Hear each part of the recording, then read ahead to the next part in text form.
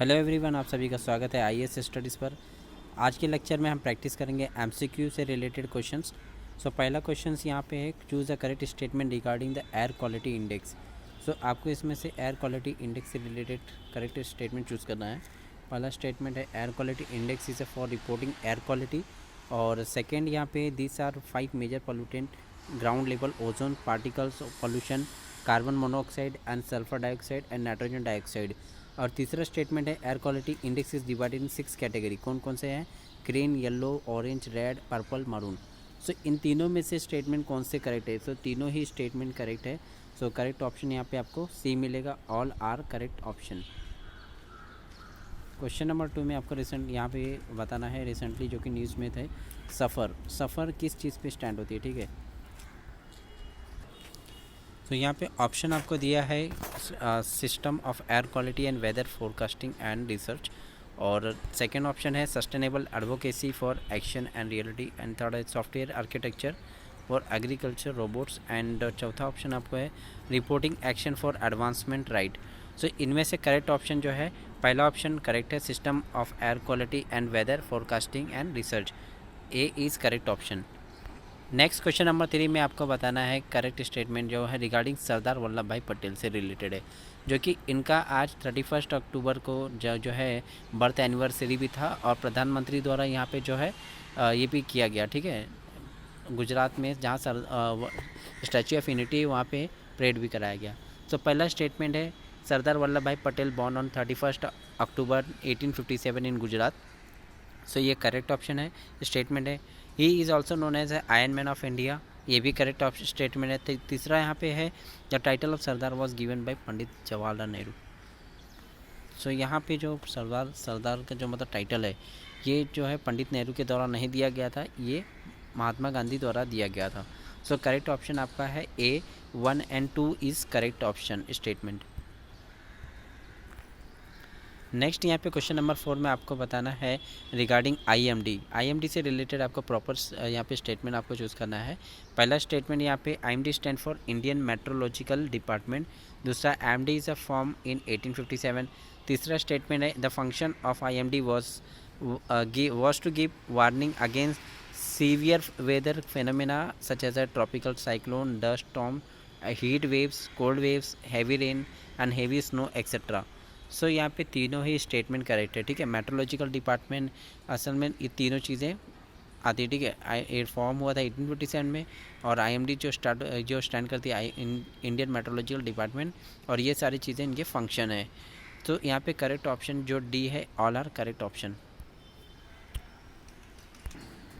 So next question number 5, in which state do we find Pampa river? Pampa river आपको कौन से state में मिलेगा? पहला स्टेटमेंट है केरला, दूसरा उत्तर प्रदेश, तीसरा हिमाचल प्रदेश और चौथा Jammu and Kashmir. So correct option Kerala. Kerala में आपको पंपा रिवर मिलेगा फ्रेंड्स, ओके, जो कि आज के न्यूज़पेपर में आपको पंपा रिवर से रिलेटेड द हिंदू में ये आर्टिकल आया था, तो आपको वहाँ पे मिल जाएगा फ्रेंड, ठीक है। सो यहाँ पे नेक्स्ट क्वेश्चन है choose the correct statement regarding model code of election commission. Election commission के जो मॉडल कोड है उससे रिलेटेड आपको करेक्ट स्टेटमेंट आपको चूज़ करना है। पहला स्टेटमेंट है article 324 of the Indian constitution mandate election commission to conduct free and fair election to the parliament and the state legislature. So ये करेक्ट स्टेटमेंट है। और candidates and polling agents are expected to observe the norms on the matters ranging from the content of election manifesto, speeches and processions और to general conduct etcetera. और तीसरा statement है the model code comes into force on the announcement of the poll schedules and remain operational till the present process is concluded. So तीनों ही statement correct है, option C is correct answer, all are correct.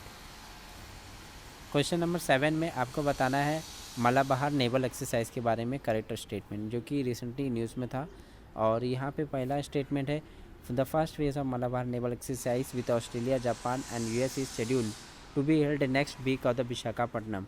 दूसरा statement है this is the first time Australia will be join exercise after 2007 and it will be bring all 4 countries of quadrilateral grouping together from latter games, ठीक है। तो यहाँ पे दोनों ही statement correct है फ्रेंड्स।